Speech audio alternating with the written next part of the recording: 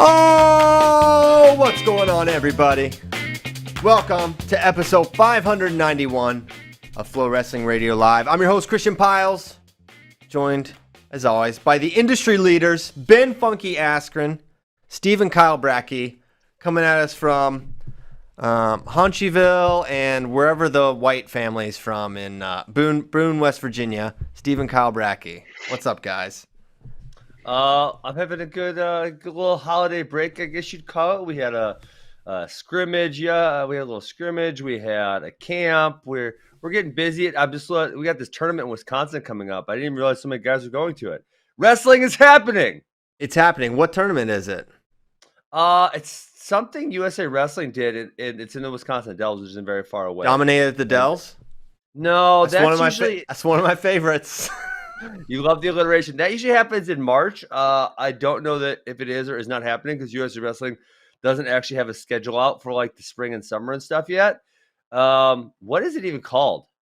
Oh, Holiday High School Classic is what it's called. I love a classic, just like a Coca-Cola classic. You can't beat it. Hey, how was Christmas? Did everyone have a good one? I had a good one. Nice. What about Steve? It was good. We had a white Christmas here in West Virginia. We got about from Christmas Eve through Christmas Day, we got close to 6 inches Whoa. of snow. So it was a good time. Man, that's awesome. No such luck here. Snow. Really? No, here. No, none. Does it snow a lot where you're from? It has to, right? Generally, but not this year. We almost got 0. Dang, that's crazy. Yeah. 2020, right? Seriously. Well, that's good. Glad you guys had good Christmases. Man, we have so much to freaking get to. It's amazing. Well, wrestling starts. That's what we're talking about. Wrestling I actually starts. We've been, I don't know how many months now have we been going. And there's been some stuff, but not like a major wrestling season. I mean, it's been like 9 months now. Yeah, it's been a really long time. It's weird because, NCAA, the season is starting soon, but like it's not really like detonating in my mind that NCAAs is in 3 months. Like we're 3 months away because normally it's like really okay, you've got the build up and it's November and it's a long freaking season, right? It's like no, they're gonna wrestle Friday and in like 3 months, less than 3 months, we're gonna be in St. Louis at the NCAA wrestling tournament. That is insane. Like the pace of this season is going to be so fascinating and interesting because it's not going to be like normal where it's like there's all this like undulation of the changing in the rankings. There's not going to be major rankings changes. It's going to be subtle.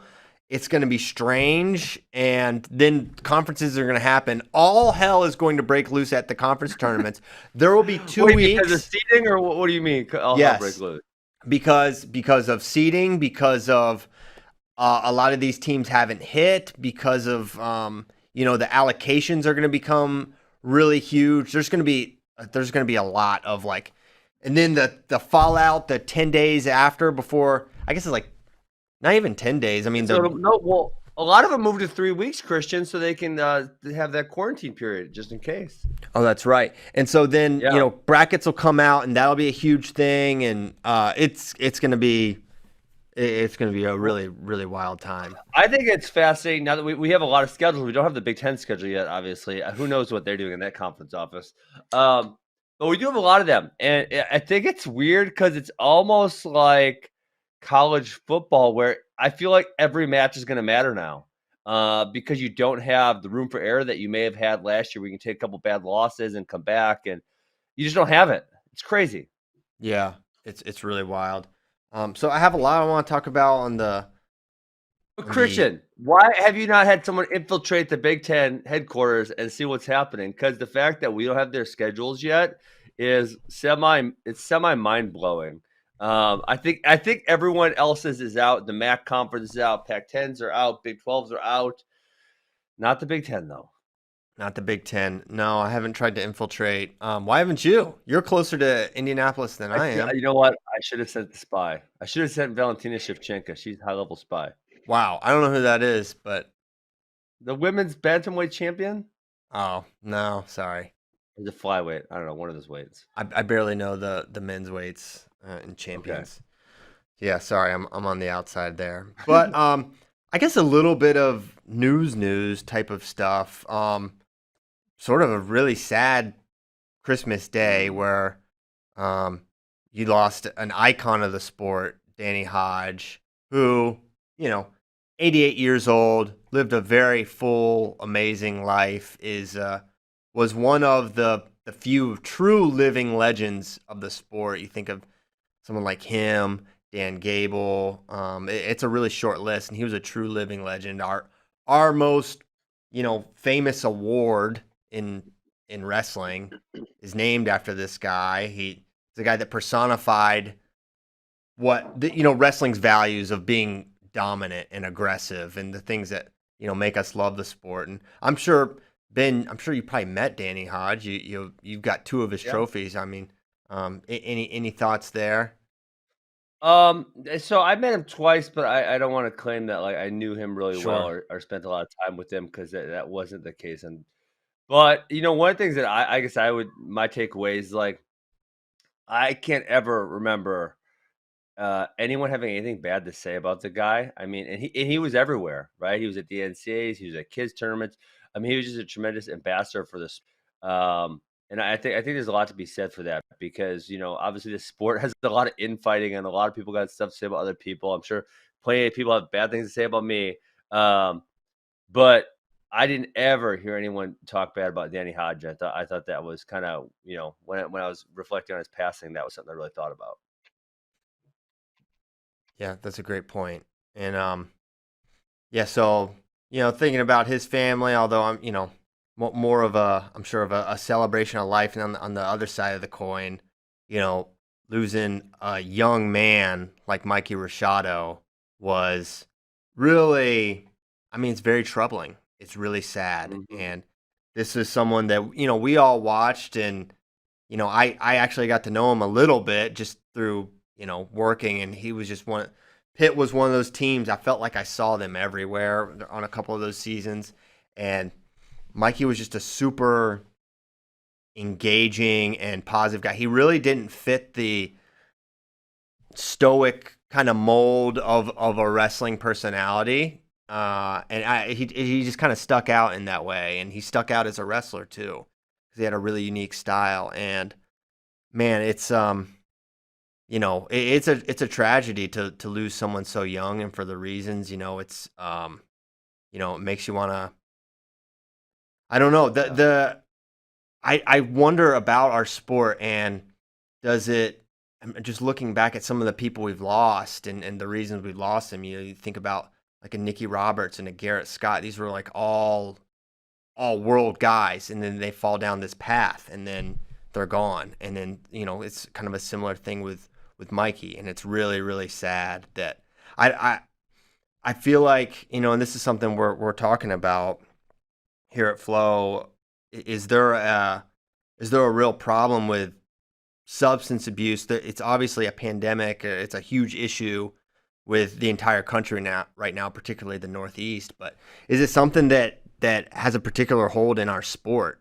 And I don't know, but it's something that we're having conversations about, and we want to maybe shine a light and hopefully be helpful. But right now, all you're kind of left with is just sadness over losing a guy that, man, this guy was just beloved by so many people, and the decisions just have can have long-term impacts. And I don't know, I'm not being anything remotely that resembles eloquence right now, but I am sad, and I do hate what happened. And man, it just kind of really crystallizes the importance of teaching young people how important your decisions are and the long-term impacts that they have. So I don't, yeah, I'm kind of fumbling for any sort of segue. Yeah. That's a tough topic to talk about. And I didn't know him at all, but I saw the outpouring on Twitter, and yeah, that's super sad. Super tough.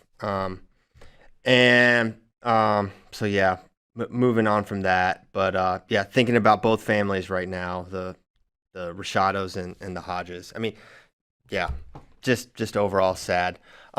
Somewhat sad, but nowhere near the level is the retirement of Austin Gomez from wrestling, just due to injuries and another concussions that were kind of what held him out last year.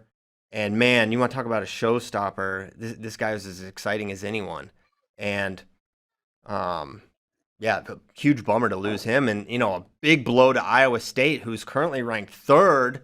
Stephen Kyle Brackey and Andrew Spencer Spey ranked these guys third.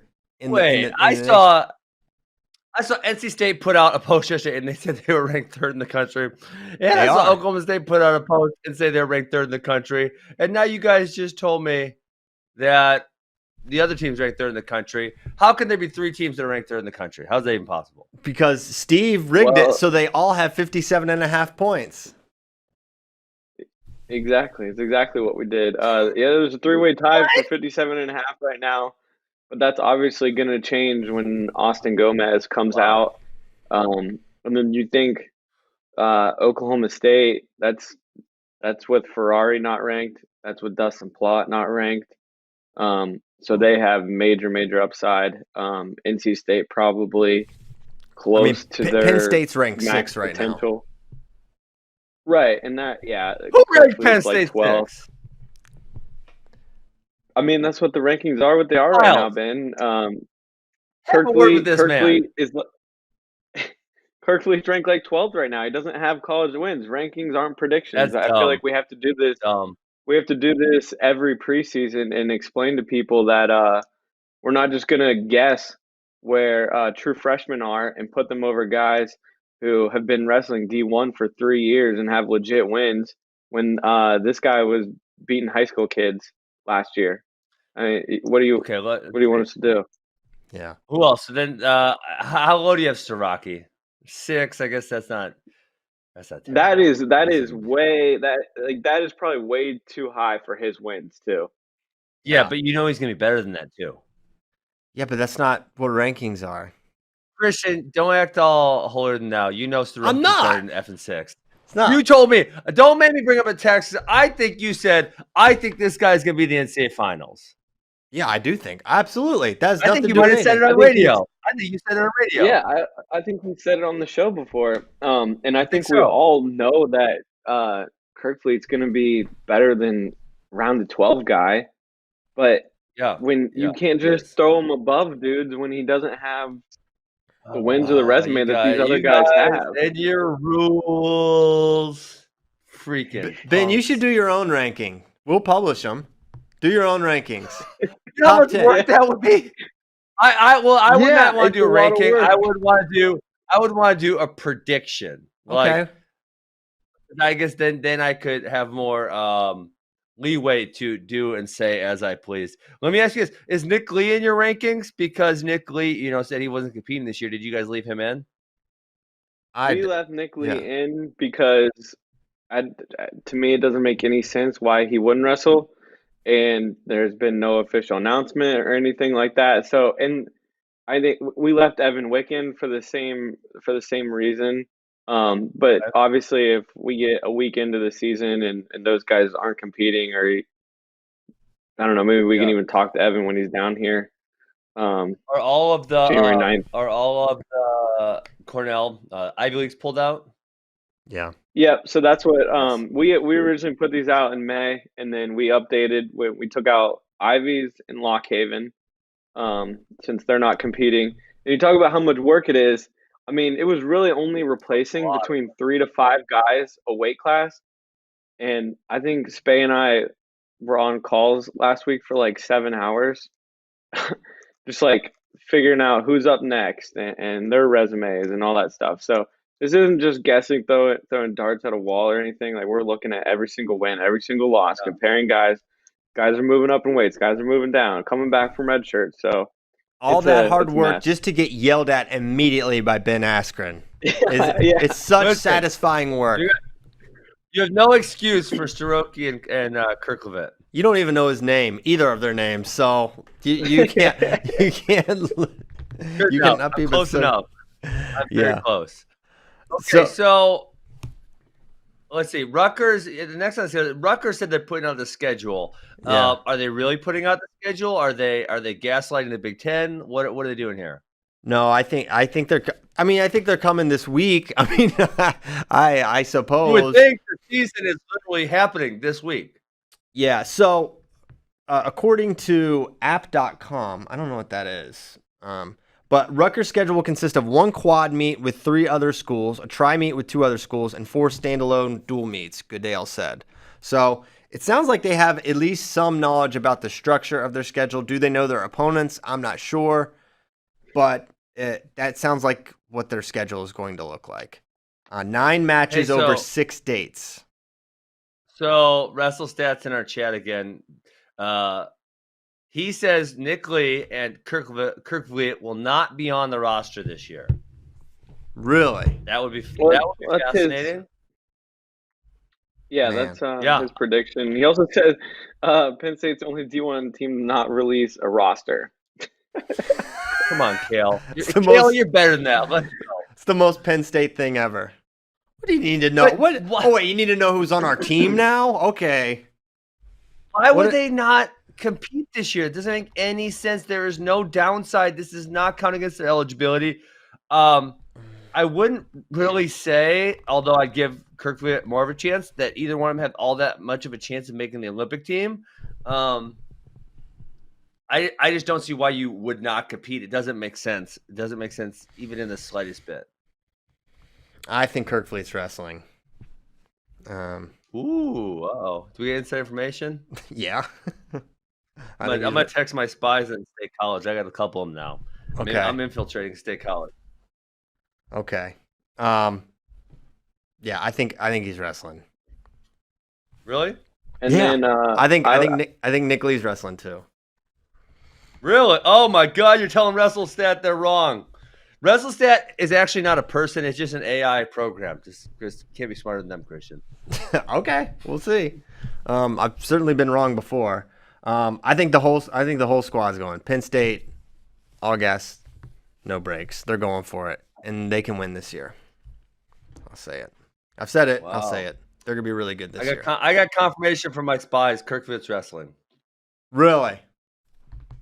Sorry, WrestleStat. Sorry, WrestleStat. I got spies. You don't. I think the other big question is what the heck is Nick Suriano gonna do? Yeah. Okay. So. Oh my God. You want to get to that? Yeah. Let's go. He's the most fascinating man in America. I love it. And you notice he's kind of gone dark on social media too. He hasn't made a post since like last March on Instagram. Why is he not by the insect exterminator? What? What'd you say? Wasn't that the big post we brought up on the screen where he's sitting outside like the bug exterminator and he's flexing on it? Oh well, his big things coming or something. Yeah, his dad has his dad has a pest control business. Nice. Okay, so he's taking over. No. So, okay. A couple, like, in NorthJersey.com and some Varsity Aces article or something said Suriano not wrestling for Rutgers this year. All those reports are false. They have no idea. Suriano has not made a decision of any kind of if he is wrestling this year. It is in question if he's going to wrestle this year, yes. But he has not made a decision, nor has he made a decision about his weight class this year. So, Suriano, seriously, he is like the international man of mystery, or maybe it's just the national man of mystery because I don't know if he travels outside the borders. I don't even know if he has his passport, Christian. But this guy, he was at the Mateo Pelicon last year. Remember? Oh yeah, he was going to be an Italian citizen. Remember that one? That was awesome. That was a good one. Mike Mouse straight up asked him about all that stuff at Mateo Pelicon. And then remember he went to Russia for like a month afterwards. Yeah. Hey, Nikki Motherland. Cody Arnold said, "I'm going to get the whole Penn State roster waterboarded until Kale finds the rat." Oh my! Yeah, you are. Who's this? We got them all in big trouble now. But no, Suriano, it's fake news that he is definitively not wrestling. They're like, hey, when we see a schedule, we'll make a decision. This guy's trying to make the Olympic team. If you don't know, Suriano has been training for about the last 6 weeks at Arizona State with Mark Perry, Sunkist Kids. But everyone's virtual, so it's fine. He's been enrolled in classes. He's took classes in the summer. He took classes in the fall. He's enrolled to take classes in the spring at Rutgers, all at Rutgers. So he's going to school there. I do think he's going to wrestle. I do think it could be something where, one, they have not ruled out 125. He could go 125, which would be totally. Oh, that would be so much fun. It would be totally fun, totally insane. Spencer Lee goes from like literally doing the electric slide through to be an NCAA champion. He would definitely bonus point his way to a title. To, Suriano's maybe he's on the short list of guys that can give Spencer Lee a match. And, obviously it would be the most anticipated NCAA final in years, and certainly for this year. So he could be back and he could be at that weight. Who knows? And, Rutgers is kind of, they're like, I haven't talked to anyone there, but I don't think they know for sure. I mean, they don't know his plan, right? I think they're all kind of kept in the dark. I remember last year when I thought this Nick Suriano mystery man was like a gimmick. And I don't recall who I was talking to, some coach from Rutgers, and they're like, we haven't seen him in months. Like literally, they had no, they're like, we haven't seen this dude. Legit. Sure. I thought it was all fake until then. No, man. He is his own man. He does his own thing. I don't know. To me, the question I have is like, okay, so you see the schedule. Now what really changes? It's like, okay, now you're going to Illinois on January 18th. Is that going to really alter your plan? I think. But to their point, they're trying to make the Olympic team. They may be doing international tournaments or whatever, and could be a scenario where, hey, I'll see you at Big Tens. I'll steal a spot, I'll qualify, and then I'll see you at NCAAs, and we'll see what happens. It could be one of those scenarios. So it's interesting, but I know I feel like Arizona has been good. He's enjoyed training there. He loves Arizona because he probably has to have a shirt on like only 1% of the time. You never need shirts. Never. It's great. He only does outdoor dining, so he never has to go in. Yeah. And he's just outside the rest of the time. He's golden. He is, truly golden. So it works. It's probably killing him that he hasn't been able to post some of those pics on IG though. Yeah. Why can't he post them? Well, I think he's just going dark. He just wants to be dark right now. But deep down he wants to post those. Yeah, he wants to be on the gram. But you know what? That's not stopping him from getting a backlog of great content that once he comes off the darkness, he can start to let those out. So it's not a goodbye, it's a see you later. We'll see. We'll get the Suriano content we crave soon enough, I guess. Yeah. Oh man. Big Ten, get your act together. I just keep coming back. I know I've said like 3 times already. But then it just strikes me like we're gonna see wrestling in 5 days now. Yeah. And the Big Ten still doesn't put their schedule out. Nah. Because why? What in the world? I think what makes it crazier too is I saw Cody Goodwin say yesterday that he heard that the Big Ten season will start January 9th. So you're gonna start that soon. And do you even know who you're gonna wrestle yet? I guess maybe the teams do and they just haven't put it out yet, but what is going on? Yeah, I remember someone saying they thought or they knew they would be wrestling that weekend, but they didn't know if it was going to be the 8th, the 9th, or the 10th, right? So they had an idea that it was going to be then, but they weren't sure Friday, Saturday, or Sunday which day it was going to be. Well, yeah. So I think we'll know this week, but with these guys, well, let's go. Who freaking knows? So other I love this that we have a plan. We had a plan. Tee this up. You go with this, Ben. Well, we did. I don't remember what it was because we had a whole bunch of months with no wrestling. So it was at some point between, we'll say, March and November. And we put teams battling against each other, and we had to correctly predict their lineups. We put Peyton Raup at 165 pounds, and the Nebraska coaching staff let us know that would not be the case. In fact, he would not be 165. He would be back at 157 pounds. And we said, well, that really doesn't look at your lineup. That doesn't make sense. It would be better for him to be 165 for everybody, for the team, for him. And, well, lo and behold, guys, we had a plan. We had a plan. And apparently Peyton Robb is going 165 now. I think JD or someone, we email some of the coaches. We're like, hey, we're trying to get things right for the rankings, etc. And it sounds like Peyton Robb to 165, which makes sense. I mean, he missed weight at 157 for the Minnesota duel. So obviously he was big. I don't think Peyton's a guy that's like super undisciplined or anything. So that, but also juicy nugget, Ridge Lovett up to 41 to battle Chad Red for the starting spot. He must just be too big, I guess. I mean, Alex Thompson's going 25 or 33. He's moving up, but obviously Thompson's not moving Ridge Lovett. And so, well, the interesting thing here is that this year is a free year. Obviously, there's no eligibility, but Ridge Lovett, if they did, he would have a redshirt year, and then Chad Red would be gone. Yes. Correct? Yes. So I guess they could always do that next year where he could redshirt, and then Chad Red what? Chad could be back next year. Well, I'm saying so next year because he'll still have his red shirt, right? Right. They don't lose their red shirt, do they? Mm-hmm. No. Okay. Correct. So then next year, Ridge Lovett will be able to redshirt while Chad Red finishes his eligibility, and then he'll be back in the lineup. Got it. So, but potentially 2 years out of the lineup. Yeah, that's crazy. Yeah, that'd be something. We'll see. We'll see what happens.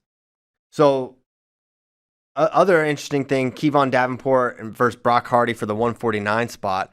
I don't know if loser goes to 57 there, but that would be interesting to me if they did do that.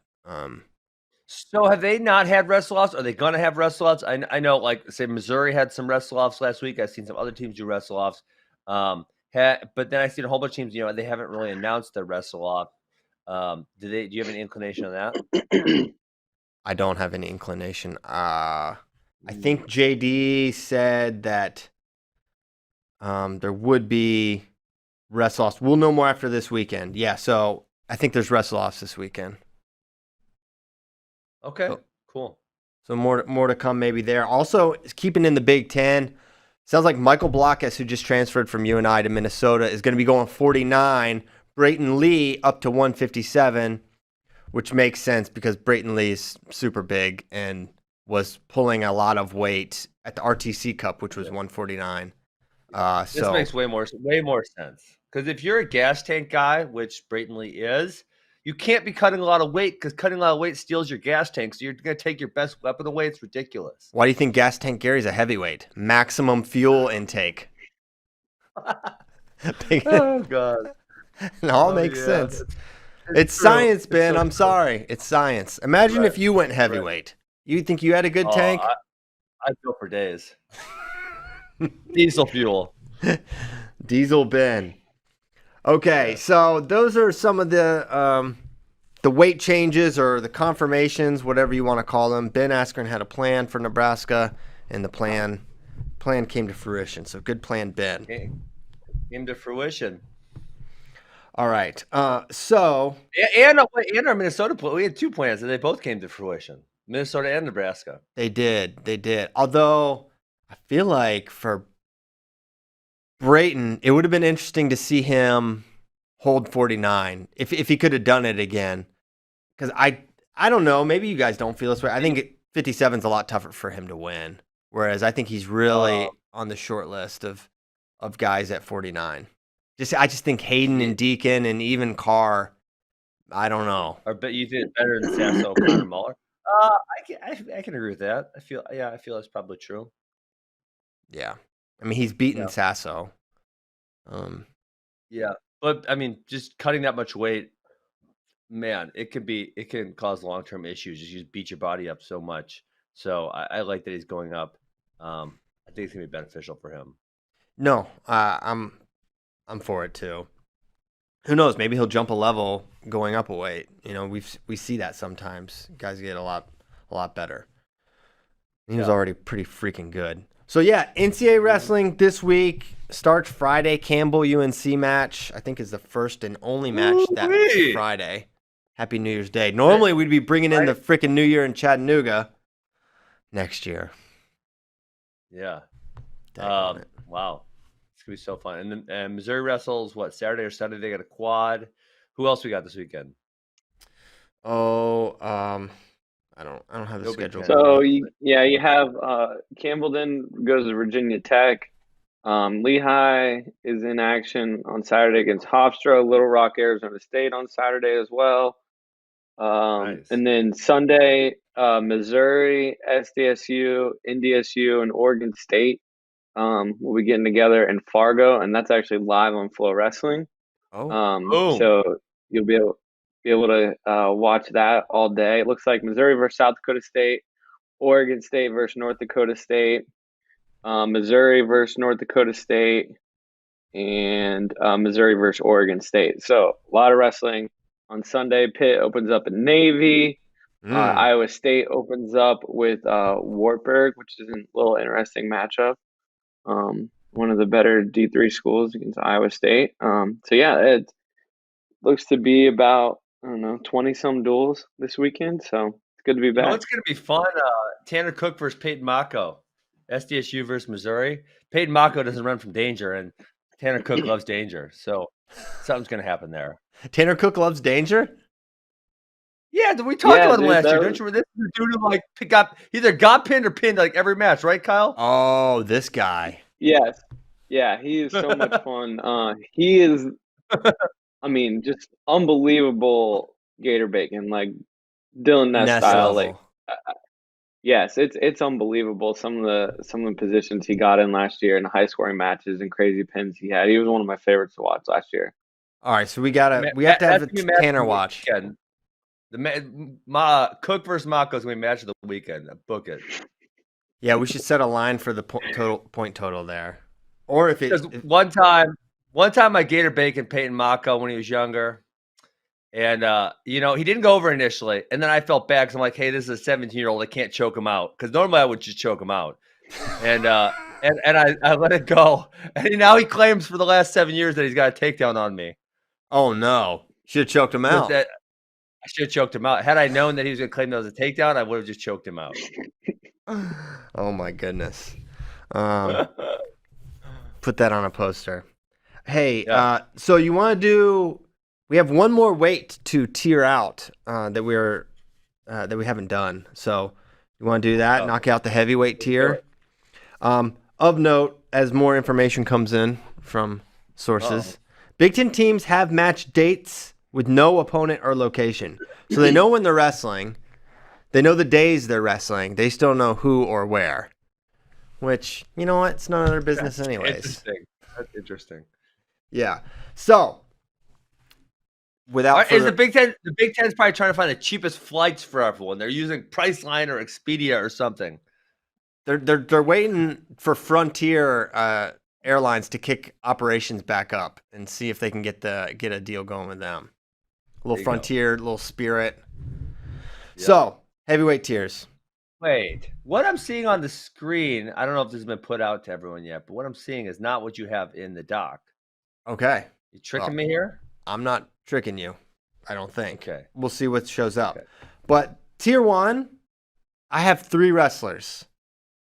2 of them are probably pretty obvious. We'll see if you think the third is. Gable Steveson, Mason Paris, and Daniel Gregory Kirkfleet. I think it works. I already talked about it to the show. I think it's kind of crazy in the one instance, and not only crazy because he's that good and we haven't really seen him yet, but also crazy because when we get to tier 2 is really good. I mean, tier 2 is like, in a lot of years, those guys would be fighting for NCAA titles.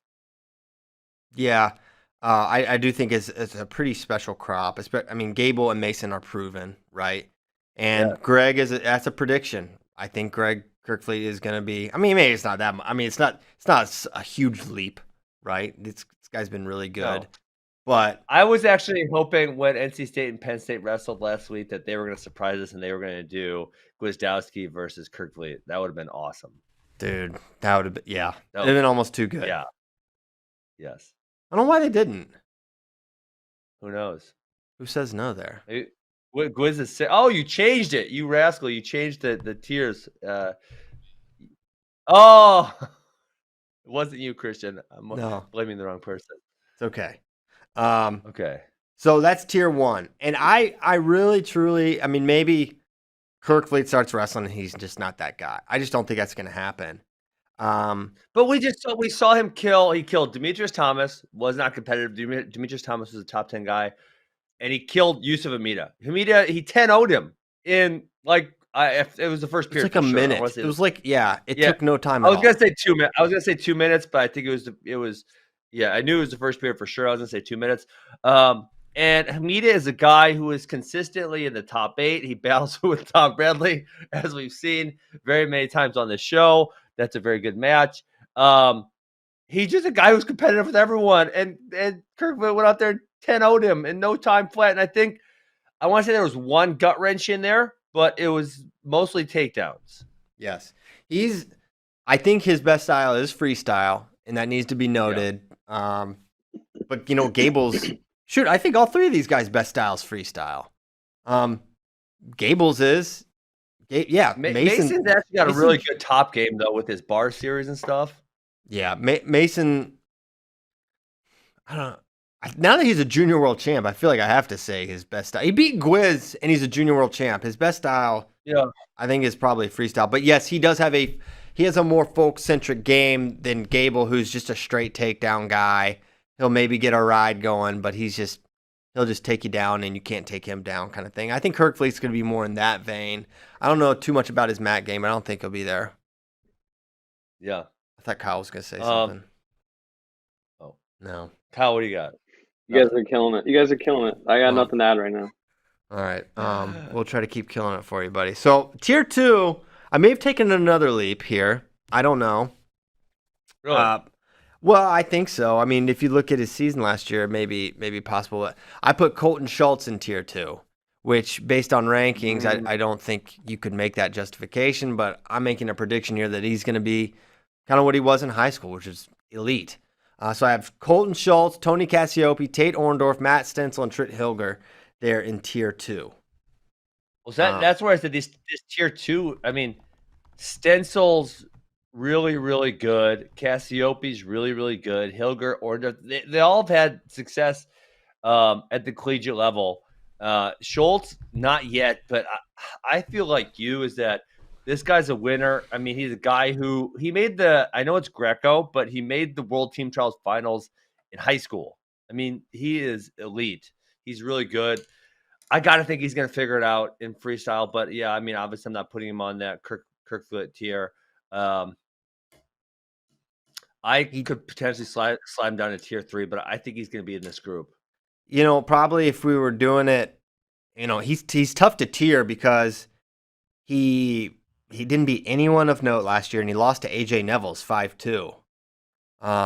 And so, it's a total prediction. It's a total projection. It's not rooted in anything he's done. It's rooted in pedigree, and I know he's a really good guy, very hard worker. I'm just guessing. It's a guess, and I think it'll happen. We'll see. Maybe he's just different in international styles versus folk style, but I think he's going to be good. Yeah. Yeah, I think he's going to be good too. Can we see Cassiope move up anymore? Because obviously he started out on fire last year, but then, he kind of wasn't really all that competitive with Paris and Stevenson, and that's not really an indictment on him. That's just how good Stevenson and Paris are. They're ridiculously good. I don't see it. I kind of feel bad putting him in tier 2, but at the same time, I struggle to see him moving. I mean, obviously, maybe he beats Kirkfleet, but I would favor Kirkfleet at this time. And Stevenson and Paris, he did not get one takedown against either of those guys, right? Right. He lost 7-5 to Gable at the duel at Iowa, but it was one of those weird 7-5 type of matches. Maybe he gave up a late takedown or something, but I think it was all escapes. All escapes in a stall point, maybe. Yeah. Um, So yeah, Gable had 3 takedowns, so he got the 3 escapes there. He got the escape when he chose bottom, and then the stall point, which was yeah, I think the stall point was dumb. I feel like. I don't know. I feel like Gable sort of packed it in a little bit, though. I think it was Uh, kind of justified. Didn't they call Gable for like unsportsmanlike conduct, like heavy hands or something? Is Yes. that what it was? I think it might have been that. We'll have to go back and But then rewatch it. remember, yeah, I remember being really mad about that match because they called that, but I mean, Cassiope spent like the final 30 seconds just headbutting Gable, and they Oh didn't, yeah, they didn't call anything. he did headbutt him a bunch. That was a weird Instead move. of trying to take him down, he just tried to headbutt him. He just went straight Rhino Yeah, that status. was weird. If you can't take someone down, you might as well headbutt him. There you go. Yeah. So I think Cassiope is like squarely in tier 2. I would be really surprised if he beat those guys. I think he's gonna be really good. Agreed. I'd be stunned if he didn't place. I think Yes. but I just think he's right where he kind of is right now. But it's up to him to prove him wrong. And then the next couple tiers were sort of tougher. I feel like Gannon Grimmel and Zach Elam, they maybe could have been smushed into tier 2 there, but they really don't belong back in the group with Brian Andrews, Carter Isley, Dalton Robertson, Christian Lance, AJ Neville's, Brandon Metz. Yeah. Elam had a great redshirt year. I'm sorry, great. He was a true freshman. Wrestled to the round of 12. Lost to, I believe it was Hilger in a competitive one in the round of 12. Then got the redshirt year. But who the heck did he lose to at the U.S. Open in October? Because he did not look all that great there. I know I watched the matches. I'm blanking on who he lost to right now. Zach Elam, I don't remember. I think Elam lost to. I think one of those losses was to Laird. Ethan Laird I'll look from it up. Ryder. Is that the right weight class? Right, Laird's not a heavyweight, is he? Okay. Laird's bumping up to heavyweight this year. Wow. So he lost to Jordan Wood on the front side, which I thought maybe he'd get that W but that's not a terrible loss. Wood's Who did he great. lose to on the back? Yeah. And on the backside, this is the one. He lost to Christian Lance on the backside. But then Lance went on the run, and Lance also beat Demetrius Thomas. Lance had a really good tournament. I remember we talked about that. Right. Yeah. Where's Jordan Wood in this? Is he gone? Jordan Wood's graduated.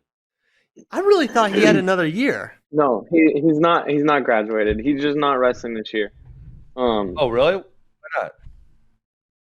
Yeah, it just with the from my understanding of people talking to him at the RTC Cup, with it being a shortened season, he's not on a full ride at Lehigh, which obviously few wrestlers are on a full ride. Lehigh's very expensive, and he's just going to take the year to work and train and come back next year. Oh man, yeah, he would be a tier 2 guy in my opinion as well. So yeah. Also, speaking of Lehigh, because we talked about him last week, Josh Humphreys out for the year with a knee injury. Oh, big bummer. Does Christian Lance deserve to get moved up either 1 and or 2 tiers? Because now that I look at his U.S. Open performance, he beat Demetrius Thomas. He beat Zach Elam. He beat Tate Orndorff. He went 9-4 with Mason Perisic in freestyle. That's relatively good. Yeah. And then his other loss was to Danny Chade, and it was a 6-6 loss. And Chade's having a relatively decent amount of success at heavyweight. He's out of college now. Yeah, I mean that was an impressive showing. I don't know if you bump him a level for that. I mean, I'm open to it. Maybe he enters that Elam Grimmel sort of class. I might be right. Yeah, he's certainly improved. He's enormous. Yeah, I mean, I could see him going up to tier 2 for sure. Yep, I could see that. Yeah, so interesting way. I think Kirkfleet and Schultz are the biggest question marks at this weight class. Like, where are they going to fit? I feel like we have a pretty solid idea about the rest of the guys. And there aren't a lot of other freshmen entering the mix that I can think of that we should have our eyes. No, I mean, it's going to be really hard for, younger guys to make their mark at this weight class, because this group is so young and they're so good. I mean, Stevenson is, I guess, he's going to be a sophomore again. Kirkwood's a freshman. Paris is a sophomore again. Schultz is a freshman. Hilger's kind of old because he's a junior now. But Cassiope's a freshman again. I mean, this is like a young group. It's going to be hard for anyone to come up and really make their mark here. Yeah, it will. It's a tight first 1, 2, 3, 7 or so, and that's not even counting Schultz. So it will be tough to enter that conversation. Okay, so that's heavyweight. We'll continue to talk and monitor and have our eye on those young guys because I think they're going to be exciting this year. We finally, maybe not finally, it didn't take that long, but we announced the remainder of the January 9th card, Jordan Burroughs versus David Taylor, are wrestling. You didn't know if you've been under a rock or something or off social media like Nick Suriano.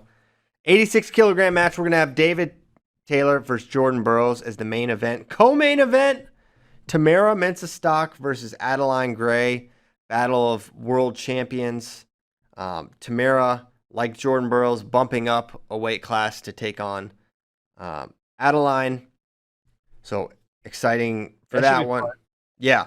Because I know they've wrestled before, but Tamara's really jumped levels. I mean, she won the Worlds, I guess it's now 2 years ago, in really dominating fashion. So I'm interested to see if Tamara made up ground against Adeline or, if Adeline will still hold the advantage. Mike, which of those two matches will weight have a bigger factor? DT Burroughs or Adeline Tamara? I don't know. I don't know how big Tamara is. Obviously she wrestles 72 usually, and Adeline's 76. And I feel like Tamara's going down to the next Olympic weight class, which I think is 69 or 68. Jordan's obviously going to be clearly smaller than David, but I don't know. I've been going back and forth on the David Jordan thing. Like, is David going to be able to put his hands on Jordan and get him tired? Because part of me says yes, that's going to be the case, and then part of me says, JB's so good in the hand fight and keeping space and getting to the offense he wants to that's not what's going to happen. I'm really, I kind of love the matchup because I'm not really sure what's going to happen, and usually I don't really feel that way. Man, I'm fascinated by it.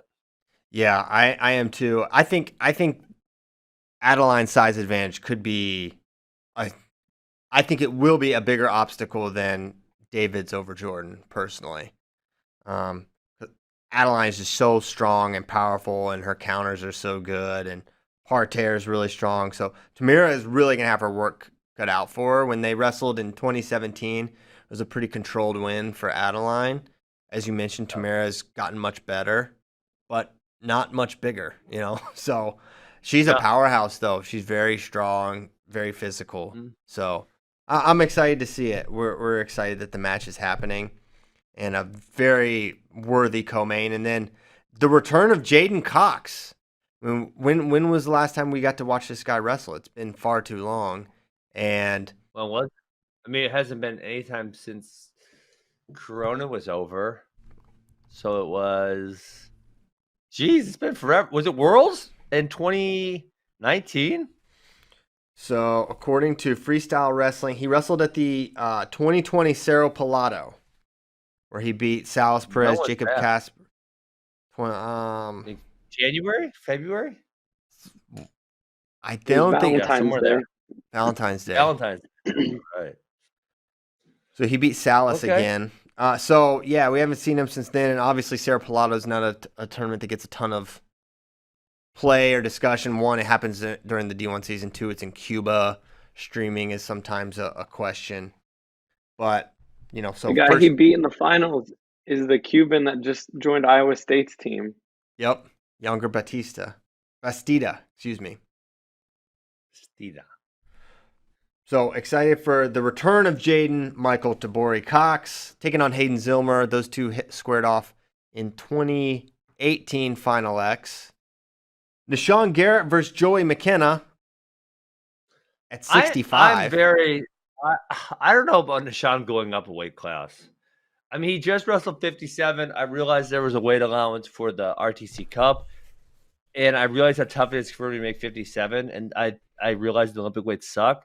He feels so small for 65. He really does. I don't disagree. I think he's small for 65. I think he's big for 57. But I think, McKenna could never make 57. But No, ever. He's not the biggest 65. He's not like a Jordan Oliver size, but he's not small. I think this is gonna be a tough matchup for Nashawn personally. Yeah. I think 100%. McKenna's positioning is like so pristine. It's like Joey and like Hayden, they have like this like the most picturesque like wrestling stance and position. They're just really tough to get to. Joey's parterre offense is incredible. We've seen Nashawn get turned, but Nashawn just has that X factor of incredible offense and very dynamic that I think it's interesting. And then, this could be a headline in a lot of matches, Nashawn and Joey. And then similarly, James Green versus Pat Lugo. I mean, Lugo was super impressive at the 8-man against Bajrang. He gave him a more competitive match than Anthony Ashnault did. He almost had that takedown in the first period. Maybe should have. I'm excited to see Lugo at 52 now against James Green. That's a very. I kind of love about James Green is he's kind of saying F the Olympic weights. He's going all in on wrestling these pro matches, which I think is probably the best move for him. He's wrestled. This would be his third pro match at 150 pounds ish. And his third event, really. It's multiple matches because he did RTC Cup. He did 3 matches there. He had 3 matches at 8-man, and then he'll have this one. So yeah, he's he did the Hawkeye Open too against Alex Marinelli. I forgot about that. That's right. Oh yeah, but what was that? That wasn't at 150 though. No, that was. I gotta imagine that was probably around like 160, 165. There's no way. I think it was at 74. I don't think. There's no way Marinelli's under 160 ever. Yeah, no, that's true. No. So yeah, I forgot all about that one. And then Emily Shilson versus Aaron Golston and Evan Wick versus Tyler Berger. And this is probably the order we're gonna go in for the reverse order we're gonna go in, starting with Wick versus Berger, then Shilson Golston. So excited to watch that. Excited to have Berger on another card and get Evan Wick, who has been saying he's not wrestling. So he's not wrestling. Who did Berger just beat? I'm blanking right now. He beat Sasso, and then Sasso, that was it. Yeah. He looked good. Mm-hmm. That should be a fun match. Mm-hmm. I feel like Evan's 76 kilograms, not 74. Okay. Yeah, Evan was a little big for 74. Evan's going to have a significant size advantage on Tyler Berger. Yes, he will. Do you have a favorite in that one? You can't pick against Evan Wick. Obviously, I'm picking Evan Wick. Jeez. How rude. Obviously. So, yeah, that's January 9th. That's a Saturday. It's coming up. Ben's going to be in town. That's going to be fun. It's warm. Yeah, I'm looking forward. It's nice here. Bringing the wife. I'm bringing a buddy, too. Yeah, it's going to be a good time. Sweet. Well, we'll be happy to have you. Do we go to questions now? Yeah, let's do it. All right, let's get it. From Miraculous 165, Matt, what was the best of 2020 moment highlight for you and the crew? 2020 sucked. There's no highlights. Come on, no. This is a good exercise. This is him. You know what? It was a tough year, but man, I think we have a lot to be thankful for. Well, really, the highlight, Christian, is probably something in January or February, which we thought would be a lead-in to the 2020 NCAA championships we didn't get. So then thinking back about the highlight makes you really just salty that you didn't get to see the end. I mean, it's probably like, I don't know, the Iowa-Penn State duel, for example, was tremendous. But then you feel like you got let down because you didn't get to see the finale. You feel like that was like a part in the play. And then you got to the finale and they said, nah, show's over.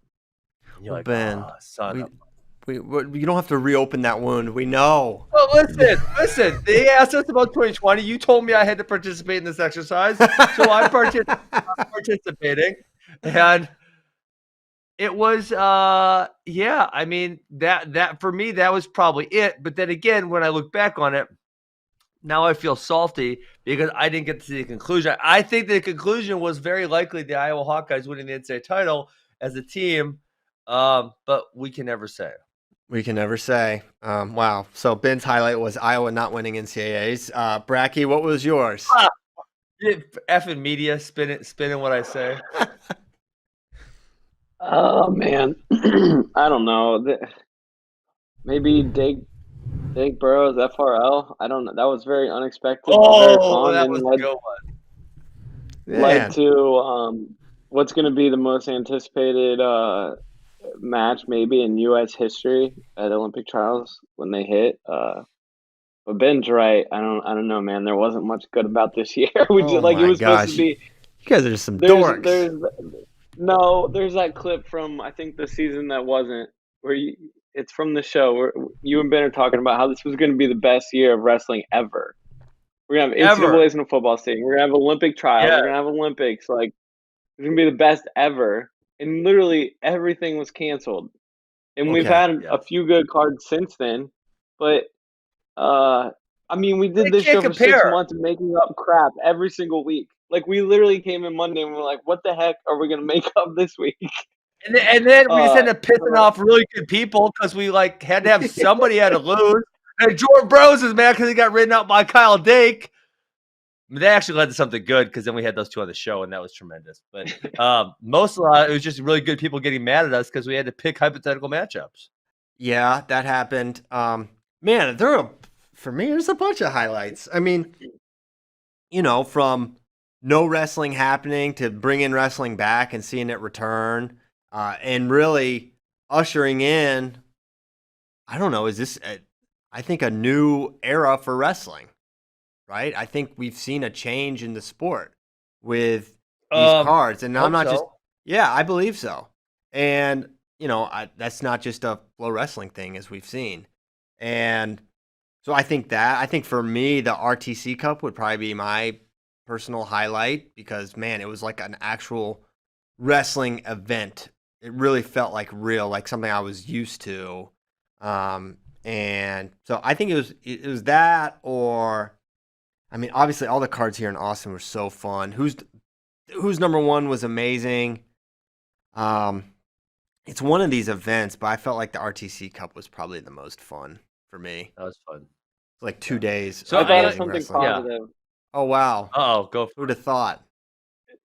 What about we discovered our love for Don Bradley, Yusuf Hamida. That's good. And that rivalry. Oh he's got it ready. Oh wow, there's the clip. Wow, I had no idea that was going to happen. No. Yusuf oh my gosh. Oh, spinal. He broke him in half. Oh God. Oh, okay. You make us laugh. I'm gonna make us sad again. Listen, all of that stuff was great, Christian. All of it was great. It was tremendous. I don't want to be a complainer, but we were gonna have NCAAs in an effing football stadium. I know, and we didn't get to see it. Sometimes I reflect on that and I think about how close we were. I mean, Chris, you really realize how close we were? We were like, I think it was Thursday or Friday that they can't. I mean, we were literally like, hey, I'm leaving in 2 days or 3 days or whatever. Yep. We had the brackets. We had the damn brackets. I'm upset with y'all. Y'all have taken this great question and you've made it all about the negative instead of finding the positive. And you know what? 2021, we're gonna have NCAAs. We're gonna have all the conferences. We're gonna have Olympic trials. All the things you missed that wouldn't have happened in 2021 are happening in 2021. Plus, not only will we get Olympic trials and the Olympics, and hopefully, normally when we have worlds and stuff, it's regular Olympic years, then wrestling stops until those things happen, other than like the international tours. Hopefully, FloWrestling is going to keep action going between trials and the Olympics. And then after the Olympics, We're going to have worlds. So we're going to have world championships at the end of 2021. Live on FloWrestling.org. What? Don't talk me out of my misery. I won't stop. I won't stop until you're joyous and appreciative. Because 2021 is going to be freaking awesome. Yeah, life's great. This is a good balance. I love you, world. I love you, world. Life's great. Oh my gosh. This was a good balance. This was me and Ben being Scrooges and you being all positive. Double Scrooge. All right, here's a question. I don't know why he asked this, but I thought it was funny. Adam Rush. How old is too old to play video games? I don't think anymore. There's 9. 9? So don't waste your life. I yell at all my kids in my academy. You guys wasting your life playing video games? Get out of here. All right, okay. Counterpoint here. This is going to rock your world. Cael Sanderson loves video games. Oh, okay. I thought you were going to say some of these jabronis actually make money playing video games. No, I'm not bringing that up. That just makes me nauseous. They do make millions of dollars playing video games. So. Zip it, Bracky. Just shut your mouth. Okay. Just shut your mouth right now. But I can't believe Cael plays video games. Yeah, he loves it. Apparently. So you're good to play video games however long you want to play video games. I agree. Caleb has a Switch, and there's this game called Boomerang Food that's really fun that we play together as a family. And it's kind of cool. And actually, Katie's dad, he's like, I don't know, 60-some. He plays with Caleb over the internet, like these little like Minecraft games or whatever. So you're not too old. As long as it's like, everyone has like, that time. I do not really like video games much at all. But everyone has a time where you're just kind of like, you do something that's maybe a slight waste of time, but it's like you kind of cut off your brain and it's a release for you. It's not that for me, but it is that for some people. I think everyone needs like kind of that in their life.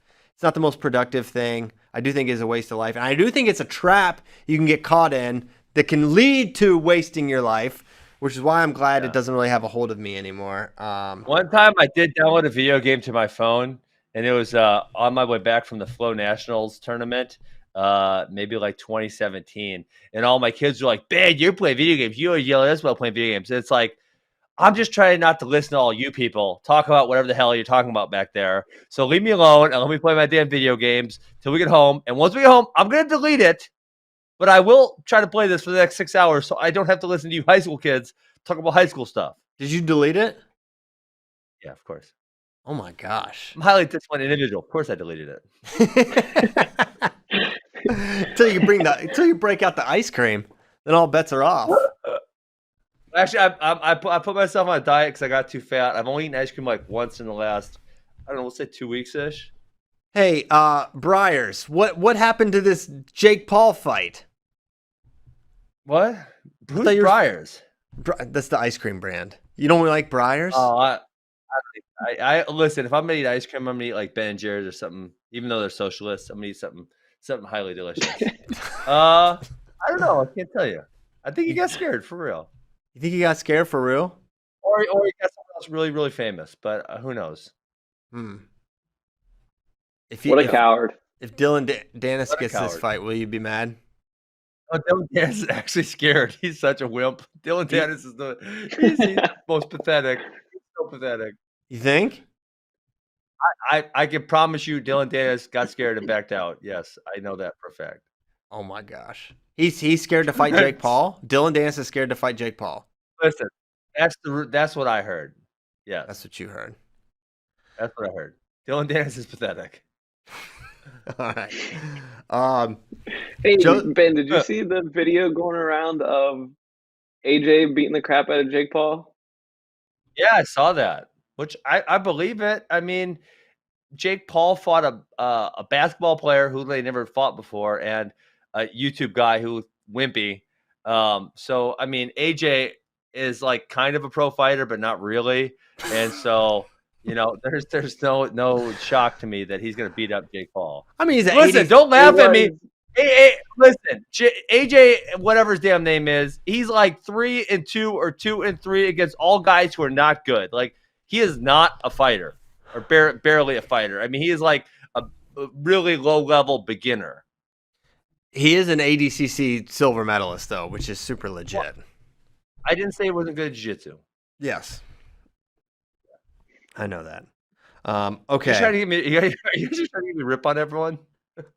Well, it's not Set me hard. up. Basically, Set me if up. you, Well, there are just a few names. I If thought we it just was- say them, you're just programmed to insult them.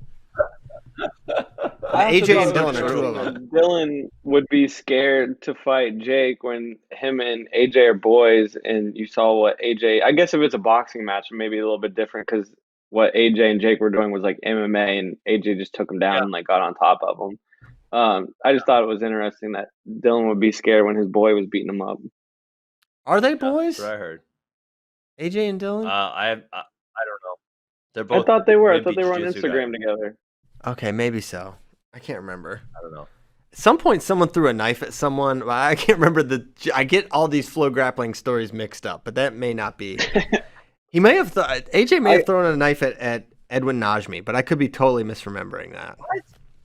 I'll try to find it Attempted out. murder, brother. Yeah, I think it's fine. Boys will be boys. All right. Which current this is kind of a weird question. Maybe I shouldn't ask it, but whatever. Which current college wrestler do you think will go on to become the best coach? Hashtag. I saw this. That was kind of a weird question, but I'm gonna make a stab at it anyways. I'm gonna say Spencer Lee. That was the name that came to mind for me because He's gonna be the next Iowa head coach. a lot of people have theorized that.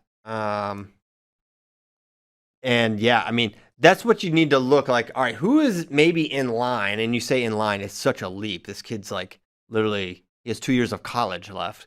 But like, okay, who could you see down the line taking a big high profile job? Because listen, let's face the facts. If you end up the head coach of Iowa, if Brackey got the head coach of Iowa job, they'd be pretty good for a little bit. They would be successful for a period of time. Even if Brackey's not, maybe he is the next great coach. Trash talking Listen. you, Brecky. Listen, I've interviewed for head coaching jobs before. That's true. I would be an awesome CEO. I would surround myself with people that knew what they were doing, and we would win. I'm not You'd win. saying we would beat Cale Sanderson and be the next Dan Gable dynasty at Iowa, but we would win a lot of matches, and we'd win team trophies. All right, you're the head Maybe coach. one year we sneak in there and win. So if you're the head coach at Iowa, who's your first phone call to? Spencer Oh, Lee. man. Oh, yeah. I call Spencer Lee. I'm like, what's up, man? Spencer, you want to coach these guys? Sweet. Yeah. For sure. No, I don't know. The other guy that comes to mind with this is Yanni. I think Yanni, the guy's just like a student of the sport, and being with like Mike Gray and Rob Cole and Gabe Dean, like I feel like he's learning how to be a great coach, and he's around great coaches all the time, and I don't see him ever leaving the sport.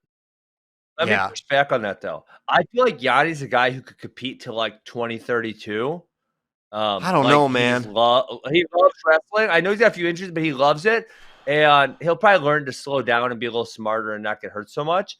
Whereas Spencer, I see Spencer doing like one cycle and saying, I'm done. I'm going to go coach. I've had my success. It's been a lot of wins. And I'm going to start coaching. Kind of like Cale did. If you think about Cale only wrestled a couple years post-collegiately. It was what, 3 years or 2 years? It wasn't long. I feel like Spencer has put out or has like publicly discussed like wanting to do several quads. Obviously things can change, but I'm pretty sure. Has he ever said 28? I can't remember, but I feel like he maybe has said that quad before, Spencer. Obviously things can change for sure. Yeah. And with Yanni, man, I hope you're right, but to your point, I just get worried about injuries and injuries alone. Like his love of the sport will make him do it as long as he possibly can. I'm sure of it, and he'll be good enough to do it for a long time. But I just on May 9th, 2020, Spencer Lee had a quote in the Gazette that he plans on competing through 2028. Boom. Huh. I feel like it'll change. It could. And then the other thing I think about is like the Penn State job. Someone who's already graduated is going to be the Penn State coach. And they have a lot of really good choices. You got David, you got Zane, you got Nolf, you got Nickel. One of those guys is going to be the next Penn State head coach, and that might not happen for a while. I feel like David is like the obvious, right? Because right? I feel like I remember back in the day, he always talked about how it was like his dream job was to be a college coach. I remember him saying that. I could be misremembering, but I'm pretty sure he said that multiple times. And man, he's really into coaching at the youth level. Like he's into it, right? It's not just something, he didn't just put his name on a thing. And I think he'd be a pretty clear one. Obviously, who knows? I mean, Kale is young, right? It would be very surprising, but unless it's like a Gable. Like Kale's the guy who would retire young, though, don't you? Maybe, but at the same time, this is kind of a weird thing to say, but it's like, what's he going to, when you retire, obviously he could do whatever he wanted, but I don't know. I feel like that's something that would really, I don't know. I feel like it would be strange to think about Kale not coaching, but I'm sure people thought the same about Gable in 97. Yeah, Gable retired young, obviously, right? I don't even know if he was 50. I don't think he was. I mean, that was one of those where because of the hip replacement, you felt as though he was really old, but in reality, he wasn't, I think he was like 49 or somewhere in there. Yeah. So, and Kale, conversely, this guy is still wrestling like all the time. He's doing like live matches with all the best guys. And, his body is very much healthy and intact. Seemingly, I'm sure he's, I don't know. He is aging, we think, but certainly he isn't having the maybe not, but he isn't having those problems like Gable was. So I don't know. It's hard to theorize him leaving anytime soon.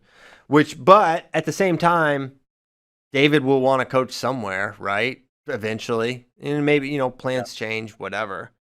But I think he'd be a great coach whenever he decides to make that move. All right, here's a plot twist. Go ahead, Ben. No, you. Well, I was just saying, and I'm sure there's going to be some under the radar people that end up being really good college coaching. I mean, like my college coach Brian Smith, who's now been, you'd have to put him over the course of the last 20 years. He's a top 5-ish type guy. Yeah. And he didn't really have a great college career, so I'm sure there's going to be a couple of those also who they end up being way better coaches than they were competitors. Yeah. Trying to think who could fit that mold right now. Who's a young assistant? I don't know. Maybe we can think about this more. Yeah, it's hard. Go ahead. Who is the MVP? Mahomes or Rodgers? Of what? I don't watch football. I know. I'm asking Bracky. Aaron Rodgers sealed it Sunday night. You think? For sure? Look at that. 100%. How about this? A quarterback has never finished a season with 70% completion percentage, 4,000 yards passing, and 5 or fewer interceptions. And heading into the final week of the season, Aaron Rodgers completing 70% of his passes, has over 4,000 yards and just 5 picks. Dang. So, and Mahomes has, I mean, he really struggled Sunday against Atlanta. Threw a couple picks, threw more picks than usual. Not that he's bad; he's very good, obviously. And they're 14-1. Kyle, are the Packers really good or something this year? Then, yeah. They're one win away from their second straight 13-3 season, and they're pretty much a lock for the number 1 seed in the NFC because they own the tiebreaker, beating New Orleans head to head. So you got to go through Lambeau, which as we saw Sunday night is not fun for a lot of other teams. There were 2, 3, 4 inches of snow on the ground, and Green Bay's still throwing the ball all over the place, and they look very comfortable in the conditions, and all these other teams just kind of look lost in it. That's insane. Got it. I feel like coming into this year, Rodgers was like, I remember like looking at fantasy football draft. I didn't do fantasy, I haven't in a couple of years, but like he was not ranked that high of a guy. He was like going undrafted and stuff. What happened? Feels like he's really old. I think it was. He's 37. That's not that bad. He's 37. He's about to win his 3rd NFL MVP.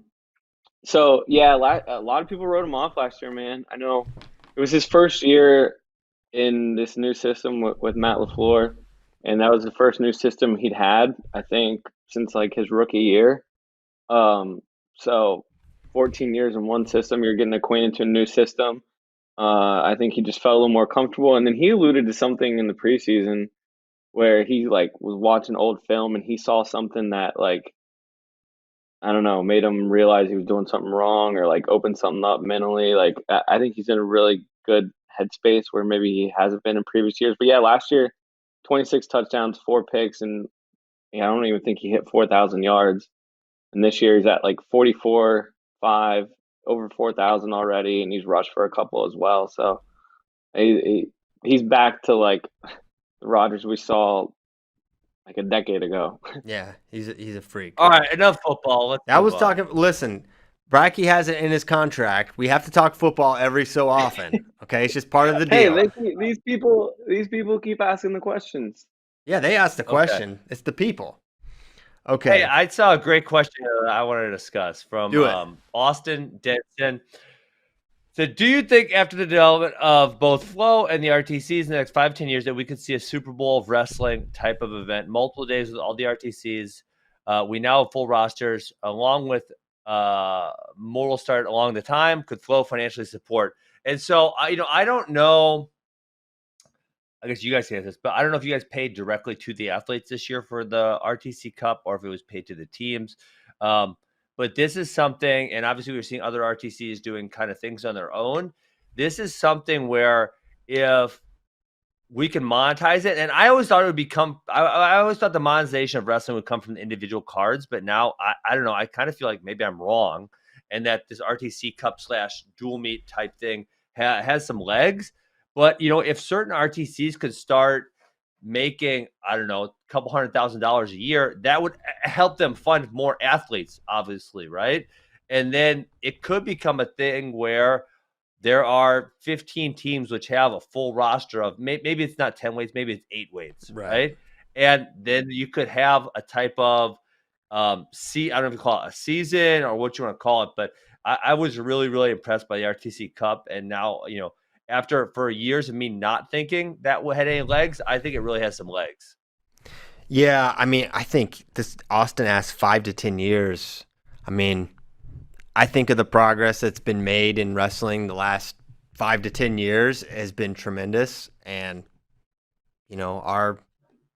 I'm very optimistic about. I don't know what the exact structure is, but something way more developed with way more teams with way bigger rosters, I think is on the way, especially if we're talking 5 to 10 years down the line. I just think there's going to be more of a professionalization of the sport, and it's going to be, I think it's going to be great. It's going to be great for everyone. And you know what I love about it?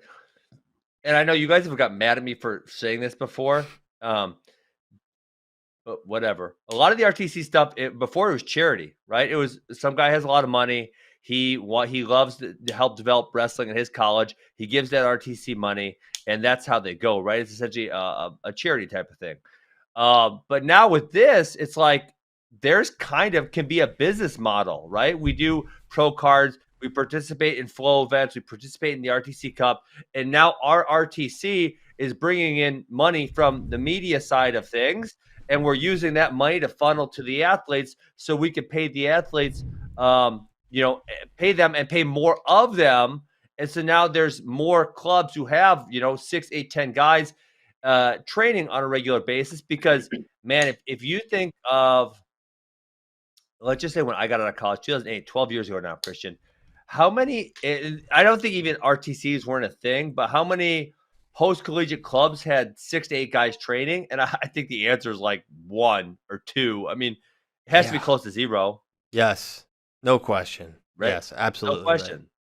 Yeah. I mean, I feel like maybe Oklahoma State had a handful because they'd supported the Gator Club, and maybe like Iowa had a handful. I know, Schwab and Zadok, and there's some others, but it was really few and far between, and it's changed so much. And 12 years doesn't feel like that long to me. It has changed so much, and I hope it continues to change. Yeah, it changed tremendously. I feel like a lot of people were at the OTC at that point. Like it was like not really. Oh, really? I'm misremembering. I mean, because I would go right in 2007, 8. I would go there. I probably spent 6 weeks there over the course of the year. maybe 8 weeks even. And there were not a lot of people actually living there. There were people visiting there, but Oklahoma State had a good squad because they had at that time Mogul Wall, Daniel, Tyrone Lewis. I'm probably missing some right there. There was a whole bunch there. That was one of the really good squads. And then Iowa, I brought up Schwab and Zadok. They had a pretty good squad, but there weren't a lot of people based at the Olympic Training Center. And so it was like really this kind of few and far between. They weren't RTCs. We call them. I don't even call them clubs, whatever it is, post-collegiate clubs. They weren't paying a whole bunch of money. So, man, yeah, we're in a good spot. And if we can continue to develop like an actual business model behind them, it's going to be even better. Yes, I agree. And I don't think I got mad at you for saying that they're a charity. I think we got an argument about it. I can't remember. I don't even remember what started the argument. Oh, okay. Yeah, because I think maybe my contention was because the idea is, well, these guys aren't bringing something to the thing economically, and maybe my contention was like, well, they're massively contributing to the college program, which is in some cases actually does make money. What started that argument? I don't know, but I don't disagree that there's absolutely a charitable element that I think actually is not realized by people within the program, outside the program, that like, I think that's what I was upset about is some of these RTC guys think they really have a job, and it's like, nah, you're just getting charity. You're not really providing any business thing, and you got mad at me for saying that. What the heck started that argument? I don't even recall. I don't either. What happened. Well, I'm less mad now that I hear that. I think it's true. Maybe it bothered me at the time. Who knows? Kyle, do you remember? Yeah, I remember this conversation, but I do not remember what brought it on. But you're right. Something did happen. I think maybe it was around the women leaving the Hawkeye Wrestling Club or something to do with that, possibly. Oh, yeah. Could have been that. Could have been that. And I feel like it was earlier than that. Maybe. For me, well, I mean, I know my feelings are still the same. It's like, some of these guys and or women, they feel like they have a job, but it's like, no, you're just getting charity. You're not providing any economic value. And, I guess the argument would be, well, rich people can do whatever the hell they want with their money. And if they think that those people bring value to their program and help the college guys get better, then they could do that. But obviously I love making it a viable business. And I think we're getting really close to that point. Yes. I agree. Okay. Next up, let's see here. Where do we want to go?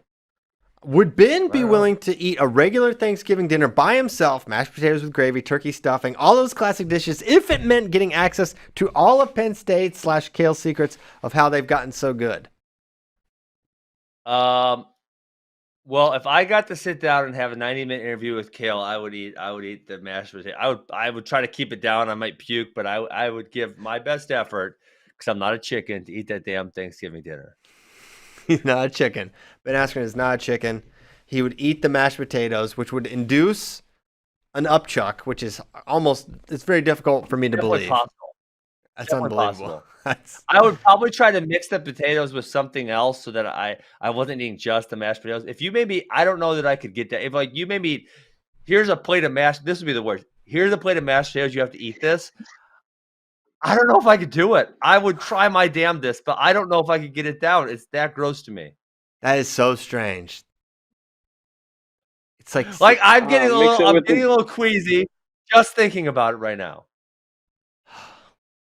You are. You're dramatic. Yeah. I'm normally like the dramatic one. My stomach is like bubbling up a little bit. You get that feeling in your stomach when you think of something gross. Like that's how my stomach feels right now. Man. I'm like, I'm getting my mind ready. I'm getting my mind focused right now. If I got to eat this damn plate of potatoes to interview Kale, the freaking plate of potatoes is going to get eaten one way or the other. Whether I got to puke a few times or not, it's going to get eaten. So I'm getting focused. I'm thinking. I'm getting my adrenaline pumping a little bit. Oh man, speaking of mashed potatoes, you know what we did we April Fools our children. Okay.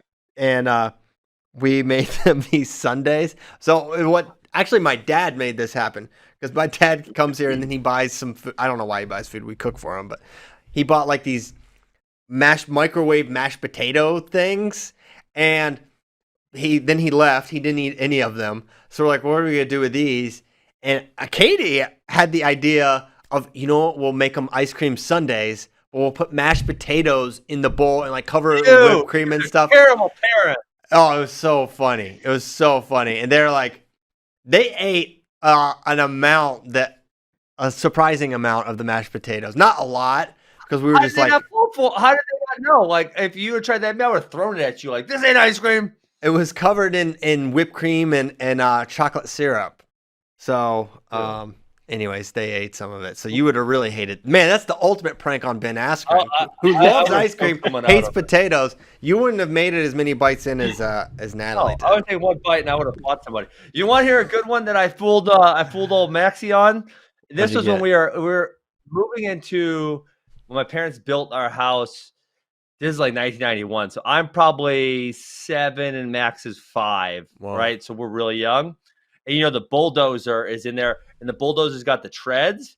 I convinced Max that piece of dirt was a Hershey's bar, and he ate a couple bites. He's still mad at me to this day about that. Man, good job. What a dumb 4 or 5-year-old.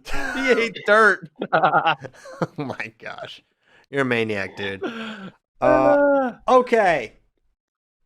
Oh, what teams do you expect to get? I'm blurry all of a sudden. I'm not sure what happened. Yeah, why are you blurry? What happened to your camera? I don't know. Okay. I'm trying to move closer. I don't know. I don't know if the other one would be better, Tyler, but this is not great. Okay, I'll look over here. That's something. So, what teams do we expect to get a trophy this year? I think there's 3 pretty clear, and then I think the 4th spot's pretty open. But Iowa, Penn State, Michigan, I feel like are basically locks, and there's 1 left. And I think it's going to be Oklahoma State. Cornell, but Cornell's not competing. Yes, I think they would have been a clear 4. I think it's going to be Oklahoma State. I think they're going to have a combination of. I think they could get all 10 to qualify potentially, and then I think they're going to have some title contender type of dudes. Obviously, Dayton Fix being back is huge, but Bulu Allen, AJ Ferrari thinks going to be really good. Travis Whitlake had a great year last year. Dustin Plott. If Sean Streck gets in, who? I'm going to say. Sorry, go ahead about Sean Streck.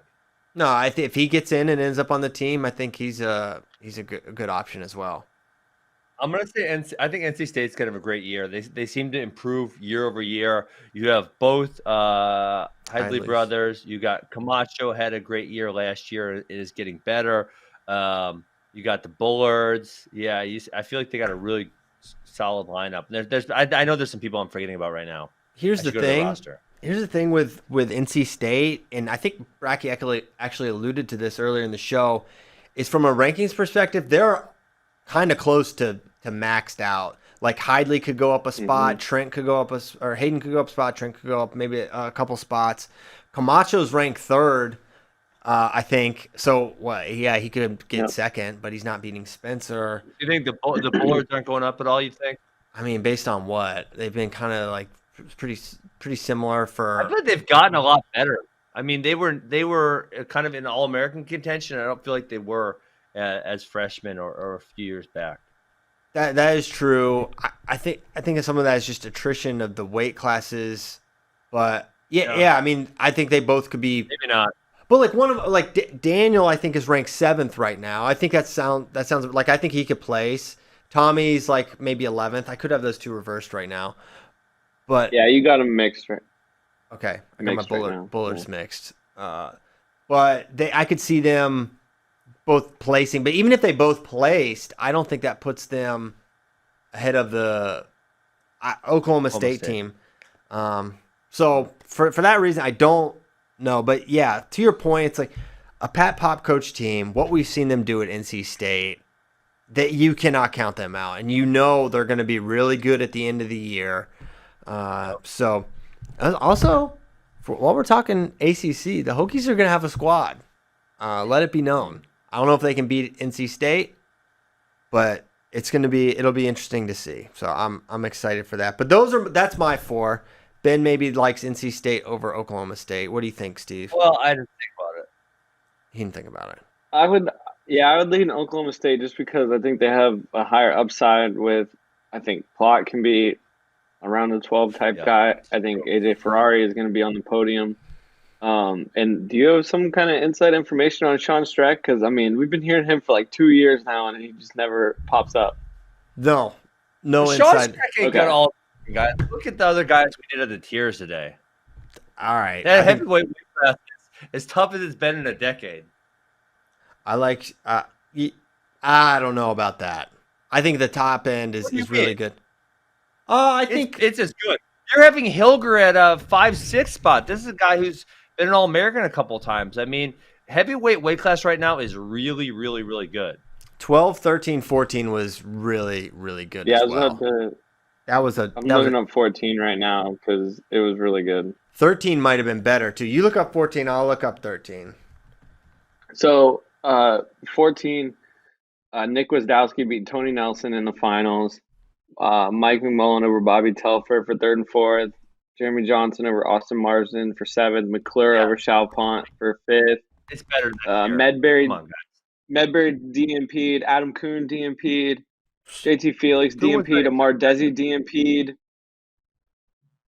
I mean, this is insane. Ty Walls is in this bracket. That's better. No, this year's better. No this year's way. Definitely better. No Dude, way. These guys at freshmen are whooping them dudes. Like, how many of those guys are already beating Anthony Nelson? I'm not stopping. I refuse. It is 9:47, so we should stop. I am not stopping. These dudes are already whooping Anthony Nelson. So your tier one, Gable, Harris, Kirk. Those guys are like final level worthy in this bracket, right? But then tier 2 is nowhere near the tier 2 in the depth of this bracket. Those guys are not placing in this bracket. Colton Schultz, Cassiope, Stinsel, Hilger, Orndorff, not placing in this bracket. Not happening. Debatable. You did. Hey, I actually have a meeting. Yeah, today. that's right. I remember this argument, and it's not as good. And like, they're better. Adam Kuhn was round of 12. He sucked that year. He didn't. He beat Tony Nelson. He beat Tony Nelson. He beat Bobby Telford. He beat Nick Wasdowski that year. He beat Mike McMullen. He beat all 4 of those guys that year, Ben. Apologize to Adam Kuhn and outer space. Apologize to outer space or the show won't end. 2021's better. I got a meeting in Milwaukee at 10:30. Here we go. Oh, Mr. Meeting. Okay, fine. Play us out, Tyler. You guys just got to go eat tacos. I actually got business to do. You guys are just going to get tacos. There's no tacos on Tuesday. Giannis will not be a choker. All right, fine. Everyone knows tacos are on Tuesday. We're out of here. Thanks so much for listening. Thanks to Ben for squeezing us in on a big meeting day. He couldn't even keep his laptop open. Look at this. Look at this. Yeah. What is he doing? Listen, the Milwaukee PD put out an all points bulletin. There's going to be a Toyota Prius flying down the road to Milwaukee. It'd be a real shame if he got a speeding ticket. Arrest him. Yes. Thanks so much for listening. We'll be back tomorrow. The game don't stop. Stops for no man. We'll be back. Thanks so much for listening. Y'all are the best. See you then. Have a good Tuesday.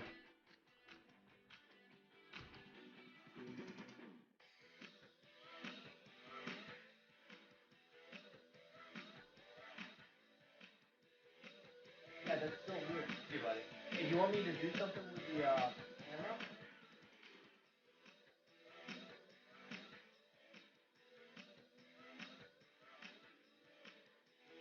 You cut off the music?